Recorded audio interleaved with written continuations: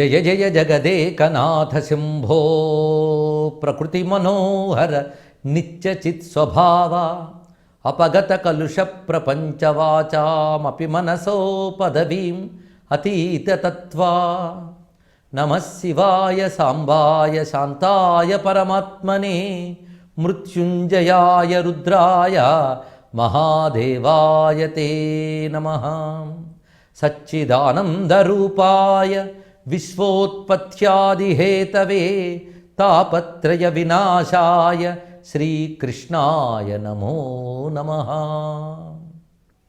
పరమ పావనమైన కార్తీక మాసం అన్ని శాస్త్రముల యందు కూడా అత్యంత మహిమాన్వితంగా, ముఖ్యంగా ఆధ్యాత్మిక సాధనలకు అనువైన మాసంగా చెప్పబడుతూ ఉన్నది. ఈ కార్తీక మాసంలో వివిధ దేవతారాధనలకు ప్రాధాన్యం ఉన్నది. కార్తీకం అనగానే మన వారందరికీ శివారాధనలు గుర్తొస్తాయి. కానీ కార్తీకం శివారాధనకి మాత్రమే కాదు, సర్వదేవతారాధనకి అత్యంత ముఖ్యమైనది. విశేషంగా కార్తీక మాసానికి ఇంత ప్రాధాన్యానికి రావడానికి కారణం, ఇది కృత్తికా నక్షత్రంతో కూడిన పూర్ణిమ నాడు వచ్చే మాసం కనుక దీనికి కార్తీకము అని పేరు వచ్చింది. కృత్తికా నక్షత్రం అగ్ని నక్షత్రం. కృత్తికాది భరణ్యంత నక్షత్రేష్ట్యర్చితోదయ అని అమ్మవారి నామాల్లో ఒకటి చెప్తున్నారు. ఇక్కడ అంటే నక్షత్రేష్టి అని వేదముల యందు ఒకటి చెప్పబడుతున్నది. ఈ నక్షత్ర ఇష్టి అంటే యజ్ఞం. నక్షత్ర దేవతలను ఉద్దేశించి చేసిన యజ్ఞాన్ని నక్షత్రేష్టి అంటారు. ఈ నక్షత్రేష్టిలో ఏ నక్షత్రంతో ప్రారంభిస్తారు అంటే, మామూలుగా మనం నక్షత్రాలు లెక్క పెట్టేటప్పుడు అశ్వినితో మొదలు పెడతాం. కానీ ఈ నక్షత్ర ఇష్టిలో మాత్రం, అంటే యజ్ఞములో మాత్రం మొదటి నక్షత్రం కృత్తికా నక్షత్రం. కృత్తికా నక్షత్రంతో ప్రారంభించి భరణి వరకు నక్షత్రాల వరుస చెప్తారు. అందుకే కృత్తిక యజ్ఞ సంబంధంగా ప్రథమ నక్షత్రం. పైగా కృత్తిక అగ్ని నక్షత్రం అంటారు. అగ్ని అంటేనే యజ్ఞాగ్ని. అందుకే యజ్ఞాగ్ని రూపుడై లోకాన్ని అనుగ్రహించడానికి వచ్చిన దేవసేనాపతి కూడా కృత్తికా నక్షత్రంలో ఉత్పన్నుడయ్యాడు సుబ్రహ్మణ్య స్వామి. అందుకే కృత్తికా నక్షత్రం యజ్ఞ సంబంధమైన నక్షత్రం గనక కృత్తికా నక్షత్ర పూర్ణిమతో కూడినటువంటి ఈ మాసంలో ఏ ఆరాధన చేసినా అది ఒక మహాయజ్ఞం అవుతుంది. ఎందుకంటే యజ్ఞము ద్వారానే సర్వదేవతలు తృప్తి చెందుతారు. అగ్నిముఖావే దేవాహ అని శాస్త్రవాక్యం. యజ్ఞాగ్ని ద్వారానే సర్వదేవతలు తృప్తి చెందుతారు గనక యజ్ఞాగ్నికి సంబంధించిన నక్షత్రంతో కూడిన ఈ మాసంలో సర్వదేవతల్ని తృప్తిపరచగలిగేటువంటి మహిమ దాగి ఉన్నది. అందుకే కార్తీక మాసం ఒక్కటి నియమబద్ధంగా పాటించగలిగితే సంవత్సరమంతా సర్వదేవతల్ని ఆరాధించినటువంటి ఫలితం లభిస్తుందని శాస్త్రం చెప్తున్న వాక్యం. ముఖ్యంగా కార్తీకంలో వారయజనం శ్రేష్టం అని శివపురాణం చెప్తున్నటువంటి మాట. వారయజనము అంటే ఒక్కొక్క రోజుకి ఒక్కొక్క గ్రహదేవత అధిదేవత ఉంటారు. ఆ అధిదేవతను ఉద్దేశించి ఆ వారము నాడు పూజించాలి. అలాగే కార్తీక మాసంలో వచ్చేటువంటి మొత్తం 4 వారములు, అంటే 4 ఆదివారాలు కానీ 4 సోమవారాలు కానీ, ఒక్కొక్కప్పుడు 5 వారాలు కూడా వస్తుంటాయి. ఒక్కొక్క రోజుకి ఒక్కొక్క ప్రత్యేకత ఉన్నది. అందుకే భారతీయ సంస్కృతిలో భగవంతుడు ఒక్కడైనా ఆయన అనేక దేవతల రూపంతో లభిస్తున్నాడు. ఎందుకంటే ఒక్కొక్క అనుగ్రహానికి ఒక్కొక్క దేవతా రూపం. ఇవన్నీ ఒకే పరమేశ్వరుని స్వరూపాలు. ఆదివారానికి సూర్యుడు గ్రహదేవత, అధిదేవత శివుడు. అదేవిధంగా సోమవారానికి చంద్రుడు గ్రహదేవత, అధిదేవత గౌరీదేవి. మంగళవారానికి కుజుడు గ్రహదేవత, అధిదేవత సుబ్రహ్మణ్య స్వామి. బుధవారానికి బుధుడు గ్రహదేవత, అధిదేవత విష్ణువు. గురువారానికి బృహస్పతి గ్రహదేవత, బ్రహ్మదేవుడు అధిదేవత. శుక్రవారానికి శుక్రుడు గ్రహదేవత అయితే ఇంద్రుడు అధిదేవత అవుతున్నాడు. ఇంద్రునికి ఆరాధ్యదేవి అయినటువంటి ఐశ్వర్యదేవత మహాలక్ష్మి. త్రిలోక లక్ష్మి ఇక్కడ ఇంద్రుని అనుగ్రహించింది. అందుకే లక్ష్మీదేవిని ఆరాధించితే ఇంద్రుని ప్రసన్నత పొందినట్లే. ఇక శనివారం యముడు ప్రధానంగా అధిదేవతగా చెప్పబడుతున్నాడు, గ్రహదేవత శని. ఈ మొత్తం ఈ 7 రోజులు చేయవలసిన విధానాన్ని శాస్త్రం చెప్తోంది. ప్రతివాడు అన్ని గ్రహాలు అనుకూలించాలనుకున్నవాడు ఈ 7 రోజులు ఇప్పుడు చెప్పిన అధిదేవతను ఆరాధించాలి. ఏ రోజున ఏది ఆరాధిస్తే ఏది ఫలితము కూడా చెప్పారు. ఆదివారం కానీ శివారాధన చేస్తే ఆరోగ్యం బాగుంటుంది. సోమవారం గౌరీదేవిని ఆరాధిస్తే సంపదలు లభిస్తాయి. అదేవిధంగా మంగళవారం సుబ్రహ్మణ్య స్వామిని ఆరాధించినట్లయితే అతడికి వంశవృద్ధి జరుగుతుంది. బుధవారం విష్ణువుని ఆరాధిస్తే పుష్టి లభిస్తుంది. గురువారం గురువులను ఆరాధించాలి. బ్రహ్మదేవుడు గురువు. అది గురువులను ఆరాధిస్తే బ్రహ్మని ఆరాధించినట్లే. అందు గురు పూజ ఉంది. కొందరు కలియుగంలో బ్రహ్మకు పూజలు లేవు అంటారు. ఇది కేవలం ఒట్టి మాట. గురు ఆరాధనే బ్రహ్మపూజ. బ్రహ్మదేవుడు మనందరి గురువు. అందుకు ఆ రోజు గురువులను ఆరాధిస్తారు గురువారం. ఇక శుక్రవారం నాడు మహాలక్ష్మిని కానీ అమ్మవారు ఏ రూపాన్నైనా ఆరాధన చేసినట్లయితే ధన్యులమవుతాం. ఇక శనివారం నాడు యముని స్మరించాలి. యమస్మరణ వల్ల యాత్రలు పోతాయి. దానికి తోడు శనివారం నాడు దిక్పాలకులను పూజించడం ఒకటి, అటుపై రుద్ర ఆరాధన, విష్ణు ఆరాధన చెప్పబడుతున్నది. నాగదేవతల ఆరాధన కూడా శనివారం ప్రధానంగా చెప్పారు. ఈ 7 సంవత్సరంలో ప్రతివారు 7 రోజులు ఇవి చేయవచ్చు. కానీ కార్తీక మాసంలో 7 రోజులు కానీ చేసినట్లయితే, అంటే ఈ 7ంటిని ఇందులో వచ్చే ప్రతివారం ఆరాధన చేసినట్లయితే వారు ధన్యులవుతారు, విశేషమైన ఫలితం లభిస్తుంది. అందుకే గ్రహదోషాలు కూడా పోగొట్టుకోవడానికి అనువైన మాసం కార్తీక మాసం. కార్తీకంలో మరొక ప్రధాన అంశం దామోదర పూజ. కార్తీక దామోదర అంటారు. కార్తీక మాసంలో ఏ పూజ చేసినా కార్తీక దామోదర ప్రీత్యర్థం అని మనకు కనబడుతున్నది. ఎందుకంటే ఏకాదశి వ్రతాలు, శుక్ల ఏకాదశి వ్రతాలు పాటించేవాళ్ళు మార్గశీర్ష ఏకాదశి నుంచి పాటిస్తారు ఆ వ్రతాన్ని. ఏకాదశి నాడు ఉపవసించడం, ద్వాదశి నాడు విష్ణు పూజ చేసి పాలన చేయడం అనేది విధి. అలా మార్గశిర శుక్ల ఏకాదశి నాడు ప్రారంభిస్తే ఆ సంవత్సర వ్రతం కార్తీక శుద్ధ ఏకాదశికి పూర్తవుతుంది. అప్పుడు ఒక్కొక్క మాసంలో విష్ణువుని ఒక్కొక్క పేరుతో ఆరాధిస్తారట. మార్గశీర్ష ఏకాదశి నాడు విష్ణువు కేశవ నామంతో చెప్పబడతాడు. తర్వాత పుష్యమాసంలో నారాయణ, అలాగే కేశవ, నారాయణ, మాధవ అంటూ వస్తూ 12వ నామం దామోదర అవుతుంది. అది సరిగ్గా కార్తీక మాసంలో దామోదర నామం వస్తున్నది. అందుకే కార్తీక మాసం దామోదర ప్రధానంగా ఉన్నది. దామోదరుడు అనే మాటకి సమస్త లోకములు తనలో కలవాడు అని వైదికార్థం. దామములు అనగా లోకము, ఉదరం అనగా లోపలి భాగము. లోకములన్నీ లోపల కలవాడు దామోదరుడు, నారాయణుడు, ఇది ఒక అర్థం. ఆయన కృష్ణావతారం ఎత్తినప్పుడు యశోదమ్మ చేత రోటికి తాటితో కట్టబడ్డాడు ఆయన. అలాగే తాటితో బంధింపబడినటువంటి ఉదరము కలవాడు, దామం అనగా త్రాడు, ఆ త్రాడుతో బంధింపబడినటువంటి ఉదరము కలవాడు కనుక దామోదరుడు. ఈ లీల ఈ మాసంలో స్మరించుకోవాలి. అందుకు విశేషించి దామోదర లీల భాగవతంలో చాలా ప్రధానంగా చెప్తారు. ఆ దామోదరునికి ప్రీతిపాత్రమైనటువంటి మాసం ఇది. ఇక్కడ గమనించవలసిన అంశం ఏంటంటే, కృష్ణ పరమాత్మని యశోదమ్మ బంధించింది. కృష్ణుడిని బంధించడం అంత తేలిక? భక్తి ఒక్కటే భగవంతుడిని కట్టి పెట్టగలదు, ఇంకెవ్వరూ కట్టలేరు. అందుకే చిక్కడు క్రతువుల వ్రతముల, చిక్కడు దానముల, శౌచశీల తపములన్, చిక్కడు యుక్తిని భక్తికి చిక్కిన క్రియ అచ్యుతుండు అంటాడు ప్రహ్లాదుడు. అందుకు మౌనులు కానీ, మహాత్ములు కానీ, దేవతలు కానీ పరమాత్మని కట్టలేకపోయారు. భక్తి స్వరూపిడిని యశోదమ్మ కట్టగలిగింది. అందుకే ఎవరూ బంధించలేని పరమాత్మను బంధించగలిగింది యశోదమ్మ. అలాగా అమ్మ చేత రోటికి కట్టబడ్డ పరమాత్మ ఆ రోటిని ఈడ్చుకుంటూ వెళ్ళి 2 మద్ది చెట్ల మధ్యలోంచి వెళ్ళేట. వెళ్ళి ఆ తాడు పట్టి లాగ్గానే ఆ రోటికి తగిలిన 2 చెట్లు కూలిపోయి శాపగ్రస్తులై అంతవరకు ఉన్న నలకోబర మణిగ్రీవులైన యక్షపుత్రులు తమ దివ్య రూపాన్ని ధరించి పరమాత్మ నమస్కరించి తన దివ్యధామానికి చేరుకున్నారట. ఈ లీలలో ఉన్న గొప్పతనం ఏంటంటే, తాను అమ్మ భక్తికి బంధింపబడి శాపబంధనంలో ఉన్న ఇద్దరికి మోక్షం కలిగించాడు. ఒకరి బంధనం విడిపించుకోవడం కోసం తాను బంధితుడు వెళ్ళాడు పరమాత్మ. అది దామోదర లీలలో ఉన్న ప్రత్యేకత. అందుకు దామోదర లీల స్మరిస్తేనే కర్మబంధములు తొలగుతాయి, భక్తికి భగవానుడు సులభంగా లభిస్తాడనే భావం ఇందులో ఉన్నది.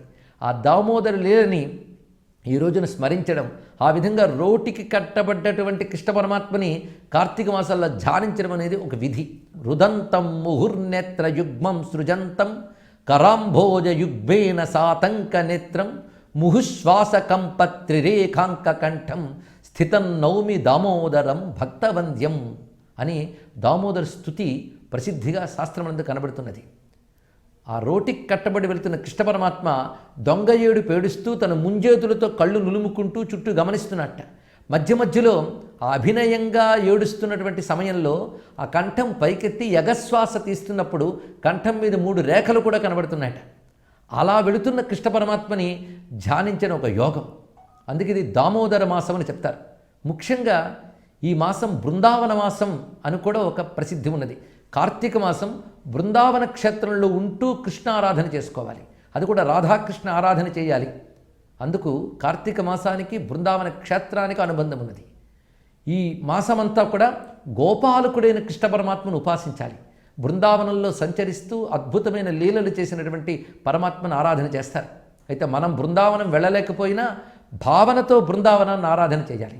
అది కార్తీక మాస శుద్ధపాడ్యం మొదలుకుని చివరి వరకు కూడా ఆరాధన చెప్తారు. అందుకే కార్తీక శుద్ధ పాడ్యమికి గోవర్ధన పూజ అని చేస్తారు ఇక్కడ. మొదటిగా బృందావన క్షేత్రంలో ఉన్న గోవర్ధనాన్ని పూజించడం. నేటికి కూడా ఈ తిథి నాడు అనగా కార్తీక శుద్ధ పాడ్యమి నాడు గోవర్ధన పూజ చాలా వైభవంగా జరుగుతుంది బృందావనంలో. అనేక లక్షల మంది గోవర్ధన పరిక్రమ చేస్తారు, ఆరాధన చేస్తారు. అదొక మహోత్సవం. వీలైతే అక్కడికి వెళ్ళి ఆరాధించాలి. అలా చేయలేని పక్షంలో తులసి చెట్టుకి పక్కన ఆవు పేడని చిన్న గుట్టలాగా చేసి అదే గోవర్ధనగిరిగా భావన చేసి ఆ గోవర్ధనాన్ని బృందావనంలో విష్ణుస్వరూపంగా ఉన్న పర్వతము గోవర్ధనము, అలాగే బ్రహ్మస్వరూపంగా ఉన్నది బ్రహ్మగిరి బర్సాన అని చెప్పబడుతున్నది. శివస్వరూపంగా ఉన్నది నందగోకులం అని చెప్పబడుతున్న ప్రాంతంలో ఉన్న నందగిరి. ఇప్పుడు గోవర్ధనం విష్ణుగిరి. ఆ గోవర్ధన స్వరూపంతోనే గోపాలకులు ఇచ్చిన ఆహారములన్నీ స్వీకరించాడు నారాయణుడు. అందుకు గోవర్ధనం విష్ణు స్వరూపము. అలా గోవర్ధనాన్ని పూజిస్తారు ఈ పాడ్యము నాడు. అక్కడి నుంచి మొత్తం మాసమంతా కూడా గోపాలక వ్రతం అంటే గోపాలకృష్ణ ఆరాధిస్తారు. పైగా గోవర్ధనగిరిధారి తత్వం కూడా ఈ మాసంతో అనుబంధం కలిగి ఉన్నది. గోవర్ధనగిరిని ఎత్తి మొత్తం నందవ్రజాన్ని కాపాడాడు కృష్ణ పరమాత్మ. ఆ గోవర్ధనగిరిని ఉద్ధరించిన కృష్ణమూర్తి తన యొక్క పూర్ణతత్వాన్ని ప్రకటించాడు ఆ లీలలో. అందుకే గోవర్ధనగిరిని ఉద్ధరించిన తర్వాతే కృష్ణ పరమాత్మకు గోవింద పట్టాభిషేకం చేశారు. అందుకే గోవిందోపాసన అనేది ఈ మాసంలో అత్యంత ప్రాధాన్యాన్ని సంతరించుకున్నది. కేవలం 7 ఏళ్ల బాలుడుగా ఉన్న పరమాత్మ అవలీలగా గోవర్ధనగిరి పర్వతాన్ని ఎత్తి పట్టుకున్నాడు ఒక చేత్తో. ఇంకొక చేతిని తన నడుపైన ఉంచుకుని అవలీలగా వ్యత్యస్త పాదార విందుడే నిలబడ్డాట. అంటే పాదం మీద పాదం పెట్టి నిలబడ్డాడు. చుట్టూ గోవులు గోపకులు అందరూ చేరారు. మొత్తం 7 అహోరాత్రులు నిద్రాహారాలు లేకుండా కృష్ణ పరమాత్మ యొక్క అద్భుతమైన దివ్యమంగళ విగ్రహాన్ని చూస్తూ ఆనందంగా గోవులు గోపకులు గోపికలు అందరూ పరవశంగా గడిపేట. ఏ ఒక్కరికి ఆకలి దప్పికలు లేవు. అన్నపానాలు లేకపోయినా ఆకలి దప్పికలు ఎందుకు లేవయ్యా అంటే గోవర్ధనగిరిని పట్టుకున్న కృష్ణ పరమాత్మను చూస్తూ ఆయన సమీపంలో ఉండడం వల్ల వాళ్ళకి ఆకలి దప్పికల బాధే లేదు. శరీరం పుష్టిగా ఉందిట. ఎందుకంటే కృష్ణుడు అమృతావతారుడు. శ్రవణమనోనయనామృతావతార అంటారు లీలాసుకులు. అమృతావతారుడు గనక అమృతస్వరూపుడైన కృష్ణుని చెంత ఉండగానే అమృత శక్తి వాళ్ళలో ప్రసరించి అందరూ ఆనందితులు పుష్టి పొందారట. అంతవరకు రాళ్ల వర్షాన్ని కురిపిస్తున్నటువంటి ఇంద్రుడు 7 పగళ్ళు 7 రాత్రులు కురిపించాడు. అయినప్పటికీ కృష్ణ పరమాత్మ గోవర్ధనగిరిని ఛత్రీకృత గిరిరాజే అని చెప్పినట్లుగా గొడుగులాగా ఎత్తి పట్టుకుని అందరినీ కాపాడాడు. కొండ గొడుగుగా గోవులగా చిన్న కొండుక శిశువుకు గొబ్బిళ్ళు అంటాడు అన్నమయ్య. అలా గోవర్ధనగిరిని గొడుగులా ఎత్తి కాపాడాడు పరమాత్మ. 7 రోజులు రాళ్లవాన కురిపించిన ఇంద్రుడు విసిగిపోయాడేమో కానీ పరమాత్మ ఇంత రక్షిస్తూ విసుగనేది లేదు. అందుకు బాధించే దుష్టశక్తులు విసిగిపోవాలి, కానీ రక్షించే పరమాత్మ మాత్రం ఎప్పుడూ విసుగుదలలేదు ఆయన కారుణ్యానికి. అలాంటి కరుణతో కాపాడాడు. అందుకే దామోదర లీల ఈ గోవర్ధనగిరి లీలకి ఈ కార్తీక మాసానికి చాలా ప్రాధాన్యం ఉన్నది. అందుకే అగ్ని నక్షత్ర ప్రధానమైనటువంటి ఈ కృత్తికా మాసంలో పూర్తిగా శివారాధనకు కూడా అంత ప్రాధాన్యం చెప్తారు. అందుకే శివుని ఉద్దేశించి మాసమంతా నక్తవ్రతములు చేయడం కనబడుతుంటుంది. మాసమంతా చేయలేనప్పుడు కార్తీక సోమవార వ్రతములు అత్యంత ప్రధానంగా చెప్పారు. ఇక్కడ సోమవారం గౌరీదేవికి ప్రాధాన్యమని చెప్పుకున్నాం. గౌరీదేవి ఎప్పుడైనా సరే శివునితో కలిసి పూజింపబడుతుంది. అందుకే భవానీం భవపత్నీం నమోస్తుతే అని భాగవతం చెప్తోంది. ఇక్కడ భవపత్నీం శివునితో ఉన్న పార్వతీదేవిని ఆరాధన చేయాలి. అందుకే శివపార్వతుల్ని సోమవారం ఆరాధన చేయాలి. ఎవరైతే సోమవార వ్రతముల యందు నక్తము చేసి శివారాధన చేసి ఆ రాత్రి శివునికి నివేదించిన ఆహారాన్ని స్వీకరిస్తారో వారికి మానసికమైన అశాంతులు తొలగి అరిష్టాలు తొలగి శాంతిగా ఉంటారని చెప్తున్నారు. అదేవిధంగా కార్తీక మాసంలో తులసి ఆరాధన అత్యంత ప్రధానం. ఎందుకంటే తులసి బృందా, అందుకు తులసీవనానికే బృందావనం అని పేరు. అందుకు బృందావనానికి వెళ్ళలేనప్పుడు తులసివనంలో ఆరాధించుకోవాలి నారాయణుని. అందుకే తులసి చెట్టు దగ్గర దీపం పెట్టినప్పటికి కూడా కార్తీక మాసం అత్యంత ఫలితాన్ని ఇస్తున్నది. అదేవిధంగా ధాత్రి వృక్ష ఆరాధన ఇదొకటి ప్రధానం. కార్తీక మాసంలో ఉసిరిక చెట్టుని విష్ణు స్వరూపంగా భావన చేసి ఆరాధించడం. అందుకే ధాత్రి విష్ణు కళ్యాణం కూడా చేస్తారు కార్తీక శుద్ధ ద్వాదశి నాడు. దీనికి క్షీరాబ్ది ద్వాదశి అని పేరు. ఈ కార్తీక మాసంలో వచ్చేటువంటి ఏకాదశి అత్యంత ప్రధానమైనది. దీన్ని ప్రబోధ ఏకాదశి అని కూడా చెప్తారు. ఆ కార్తీక ఏకాదశి వ్రతం చేసి ద్వాదశి నాడు పారణ చేసిన తర్వాత ఆ రాత్రిపూట తులసి చెట్టు ఉసిరిక చెట్టు సమీపంలో విష్ణు ఆరాధన చేయాలి. అయితే కొంతమంది తులసి చెట్టులో ఉసిరికి కొమ్మని విరిచి పెడుతూ ఉంటారు, అది దోషం. ఇది తెలుసుకోవాలి. మొత్తం కార్తీక మాసంలో ఉసిరిక కొమ్మని తెంచరాదు, రెమ్మని తుంచరాదు అని చెప్తారు. అందుకు ఉసిరికని విరిచితే దోషం, అందుకే కొమ్మలు పెట్టి పూజించరాదు. ఉసిరిక చెట్టు వద్ద విష్ణు ఆరాధన చేయాలే తప్ప ఆ కొమ్మను తెచ్చి చెట్టుని భావించడం కూడదు. ఈ ధాత్రి పూజ చేసేటప్పుడు ఆ ధాత్రి వృక్షానికి ఆ సాయంకాలం చీకటి ఎక్కకుండానే, అంటే సూర్యాస్తమయం కాకుండానే నీళ్లు పోయాలి. ఆ నీళ్లు పోసేటప్పుడు దామోదర నివాసాయై దేవ్యై ధాత్ర్యై నమోస్తుతే సూత్రేణానేన బధ్నామి సర్వదేవ నివాసిని.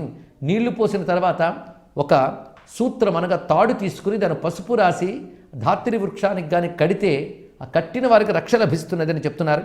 అదేవిధంగా ధాత్రి మూలంలో నీళ్లు పోయడం వల్ల వాళ్ళ పూర్వీకులకి అక్షయమైన జలం లభించి వాళ్ళు ధన్యులవుతారని చెప్తున్నారు. ఇది కూడా చాలా ముఖ్యమైన అంశం, పితృదేవతను తృప్తిపరిచే అంశం కూడా కనబడుతున్నది. ఈ ధాత్రీదేవి లక్ష్మీనారాయణల కళలతో తేజరిల్లుతూ ఉంటుంది. ఎప్పుడైనా సరే దేవతా వృక్షం, కానీ కార్తీక మాసంలో ఇది మరింత విశేషం. ఇక్కడ నారాయణుడి సన్నిహితుడై ఉంటాడు ఈ వృక్షం నందు కార్తీక మాసంలో అంటారు శాస్త్రం. అందుకే ధాత్ర్యై నమః, శాంత్యై నమః, మేధాయై నమః, కాంత్యై నమః, ప్రకృత్యై నమః, విష్ణుపత్న్యై నమః, మహాలక్ష్మ్యై నమః మొదలైన నామాలతో ధాత్రి వృక్షాన్ని పూజించి ఆరాధన చేస్తారు. అంతేకాదు కార్తీక మాసంలో వనభోజనాలు అని చెప్తారు. ఇవి కేవలం విందు భోజనాలు కాదు, దీనికి ఒక పద్ధతి ఉంది. అది ధాత్రి వృక్ష మూలంలో భగవద్ ఆరాధన చేసి ఆయనకు నివేదించిన పదార్థాలని పవిత్రమైన మనస్సుతో ప్రసాదంగా అందరూ స్వీకరించాలి. అంతేగాని కేవలం పిక్నిక్కుల్లా చేసుకోవడం కాదు కార్తీక వనభోజనాలు. వాటికి భగవత్ అనుగ్రహం కానీ దైవబలం కానీ ఉండదు. అందుకే పద్ధతిగా చేయవలసినది వనభోజనములు. అదేవిధంగా కార్తీక మాసంలో నూతనమైన తులసి వృక్షాలను ఆరోపణ చేస్తారు, అది చాలా ప్రధానమైనది. అంతేకాదు తులసి ఆరాధన కూడా కార్తీకంలో ముఖ్యంగా చెప్తారు. అది తులసి మాలల్ని కొత్తగా ధరించడం కూడా ఈ కార్తీక మాసంలో విశేషం. ముందు ఆ మాలను పూజ చేసి సర్వపాపక్షయ ద్వారా శ్రీ దామోదర ప్రీత్యర్థం అని చెప్పి తులసి ధారణ చేయాలి. ఆ తులసి రక్షిస్తుంది. ఎందుకంటే తులసి కాష్టము అనగా ఎండిపోయిన తులసి పుల్ల తీసుకుని గంధం అరగదీసి ధరించినట్లయితే అది శరీరానికి రక్ష, దుష్టశక్తి నుంచి కాపాడుతుంది, ఐశ్వర్యప్రదాయకమని కూడా శాస్త్రం చెప్తున్న అంశం. కార్తికేతు కృతా దీక్ష రుణాం జన్మ విమోచని అని చెప్పారు. ఇక్కడ కార్తీక మాసంలో దీక్షా స్వీకారం చేసినట్లయితే జన్మబంధముల నుంచే విడుదల కలుగుతుంది, ఇహంలో సుఖశాంతులు లభించడమే కాకుండా అంత్యములో మోక్షం లభిస్తుందని కూడా శాస్త్రం చెప్తున్నది. ఆ తులసి శక్తి విశేషం అది. అదేవిధంగా దీక్షా మాసంలో ఇటు శివమంత్రములు కానీ అటు శక్తి మంత్రములు కానీ ఇంకోవైపు పవిత్రమైనటువంటి విష్ణు మంత్రములు కానీ ఈ మాసంలో స్వీకరించి జపించితే మరింత ఫలితం లభిస్తున్నది. అందుకే కార్తీక మాసం దీక్షా మాసంగా గ్రహించాలి. అంతేకాదు కార్తీక మాసం సుబ్రహ్మణ్యునికి ప్రీతిపాత్రమైన మాసం కూడా. సుబ్రహ్మణ్యుడే యజ్ఞమూర్తి, పైగా కృత్తికా నక్షత్రం ఆయనది. కృత్తికా నక్షత్రంతో కూడిన కార్తీకం ఆయనకు సంబంధించిన మాసం. అందుకే కార్తీక పూర్ణిమకు విశేషమైన ప్రాధాన్యం ఉన్నది. ఆ రోజు కుమార దర్శనం అని కూడా పేరున్నది. అంటే కుమారస్వామిని దర్శించడానికి సర్వదేవతలు వెళ్తారట. సర్వదేవతాత్మకుడిగా సుబ్రహ్మణ్యుడు ప్రకాశిస్తుంటాడు. అందుకే ఈ మాసమంతా సుబ్రహ్మణ్యారాధన విశేషం. ప్రత్యేకించి కార్తీక పూర్ణిమ నాడు సుబ్రహ్మణ్యారాధన చెప్తారు. కార్తీక శుద్ధ ఏకాదశి నుంచి పూర్ణిమ వరకు భీష్మ పంచక వ్రతము అని పేరు. ఇక్కడ ఈ 5 రోజులు నియమబద్ధంగా ఉంటే కార్తీక మాసమంతా సాధన చేసిన ఫలితం లభిస్తుంది. అందుకే కార్తీక స్నానములు మొత్తం మాసమంతా చేయలేని వాళ్ళు ఈ 5 రోజులైనా చేయాలని ప్రధానంగా చెప్తారు ఇక్కడ. అందుకు 5 రోజుల పాటు ఆ భీష్మ పంచక వ్రతాన్ని పాటించాలి. అలాగే కార్తీక మాసంలో సుబ్రహ్మణ్య యొక్క మరో రూపమైన సర్పాలకు కూడా ఆరాధన ఉన్నది. అందుకే నాగుల చవితి అనేటువంటి విధానం కూడా ఇక్కడే కనబడుతున్నది. ఇక దీపావళి దాని ముందు రోజు యమ పూజ అని చెప్పుకున్నాం. ఆ యముని పూజ పరిసమాప్తి చెందడం కూడా కార్తీక శుద్ధ విధినాడు ఉన్నది. అది భగినీ హస్త భోజనం అని చేస్తారు. యముడు తన సోదరి అయిన యముని ఇంటికి వెళ్ళి భోజనం చేస్తాడట ఆ రోజు. అందుకే సోదరి వద్దకు వెళ్ళి సోదరుడు భోజనం చేయడం అనేది కూడా అప్పుడు కనబడుతున్నది. దీన్ని బట్టి సోదర సంబంధం అనేటువంటిది ఎంత గొప్పదో ఆ రోజున కనబడుతున్నది. అందుకే భారతీయ సంస్కృతిలో ఉన్న పర్వదినాల్లో ఒకవైపు దైవత్వం, మరొక వైపు జ్యోతిష్శాస్త్ర రహస్యాలు, మరొక వైపు సామాజిక కుటుంబ అనుబంధాలు కూడా కనబడతాయి. అందులో భాగంగానే అందరూ కలిసి ఆలయాలకు వెళ్ళడం, దీపాలు వెలిగించడం, ఇవన్నీ ప్రశస్తిగా కనబడుతూ ఉంటుంది. ఇది ఒక సామాజిక అనుబంధాన్ని కూడా తెస్తున్నది. అలా కుటుంబాల్లో అన్నదమ్ములు, అక్క చెల్లెళ్ళు, వీళ్ళ ఆత్మీయతలు కూడా కనబడుతూ ఉంటాయి. అలాగా ఒక అనుబంధాల్లో దివ్యత్వాన్ని, దివ్యత్వంతో అనుబంధాన్ని పదిలపరచగలిగేటువంటి కొన్ని మంచి సంస్కారాలు భారతీయుల పర్వదినాల్లో కనబడతాయి. అలాంటివి కార్తీక మాస భగినీ హస్త భోజనంలో మనకు కనబడుతున్న మరొక అంశం. మొత్తంగా కార్తీక మాసంలో ప్రతి తిథికి ప్రాధాన్యత కనబడుతున్నది. పైగా లక్ష పూజ అనేది కార్తీక మాసంలో మరింత విశేషంగా చెప్తున్నారు. దీన్ని లక్షపత్రి పూజ అని చేస్తుంటారు. బిల్వదళాలు లక్ష తెచ్చి పూజించడం, తులసి దళాలతో పూజించడం, ఇవన్నీ కూడా శాస్త్రంలో చెప్పబడ్డాయి. బిల్వదళాలు లక్షపత్రి పూజ చేసినట్లయితే వాళ్ళకి ఐశ్వర్య ప్రాప్తి లభిస్తుంది. ఎందుకంటే భాస్కరీం బిల్వ నిలయాం అన్నారు కదా. అందుకే ఐశ్వర్యానికి అద్దేవత లక్ష్మీదేవి. లక్ష్మీదేవికి ప్రీతిపాత్రమై లక్ష్మీ స్వరూపమైన వృక్షం బిల్వవృక్షం. అందుకే ఆదిత్యవర్ణే తపసోధిజాతో వనస్పతిస్తవ వృక్షోద బిల్వ అని శ్రీ సూక్తం చెప్తోంది. బిల్వము లక్ష్మీ రూపం. అందుకే బిల్వదళాలతో కానీ శివును ఉద్దేశించి లక్షపత్రి పూజ చేసినట్లయితే ఐశ్వర్యం లభిస్తుందని. అదేవిధంగా దూర్వాంకురములు లక్షతో గణపతిని ఆరాధన చేసినట్లయితే అరిష్ట శాంతి లభిస్తున్నది అని చెప్పారు. అలాగే తులసి దళాలు లక్షతో విష్ణువును ఆరాధించినట్లయితే విష్ణు అనుగ్రహం లభిస్తుంది. ఇక యవ, గోధుమ, ధాన్యములు ఇవి కూడా లక్ష సంఖ్యలో ఆరాధించవచ్చు. అంటే వీటిని నామములతో పూజించడం, ధాన్య పూజ కూడా శాస్త్రపరంగా చెప్పబడింది. ఇలాగ లక్ష ధాన్య పూజ కూడా విశేషమైన ఐశ్వర్యాన్ని, సంపదల్ని ఇస్తుంది, లోకక్షేమానికి సహకరిస్తుంది. ఇలా వివిధములైన పూజా విధానాలు ఈ మాసంలో చెప్పబడుతున్నాయి. ఈ మాసంలో ప్రత్యేకతలు పూజలు, ధ్యానము, జపము, స్నానము, దీపము ఐదింటికి చాలా విశేషం ఉన్నది. అర్చనలకి ప్రాధాన్యం ఉన్నది, జపానికి ప్రాధాన్యం ఉన్నది. ఇక ధ్యానాదులకు కూడా కార్తీక మాసం చాలా విశేషం. ఎందుకంటే జ్ఞానమాసం ఇది ప్రధానంగా. అందుకే చాతుర్మాస్యాలు, జ్ఞానమాసములు వేదాంత శాస్త్రమునకు విచారణకు కూడా అనువైన కాలం ఇది. అదే కార్తీక మాసం జ్ఞానమాసం కూడా. ముఖ్యంగా కార్తీక పూర్ణిమ వ్యాస పూర్ణిమల్లో ఒకటిగా చెప్పబడుతున్నది. ఆషాఢ పూర్ణిమతో మొదలై వరుసగా వచ్చినటువంటి పూర్ణిమలు శ్రావణ పూర్ణిమ, భాద్రపద పూర్ణిమ, ఆశ్వయుజ పూర్ణిమ, కార్తీక పూర్ణిమ. ఈ కార్తీక పూర్ణిమ మళ్ళీ కృష్ణ ప్రధానమైనటువంటి పర్వంగా భావించవచ్చు.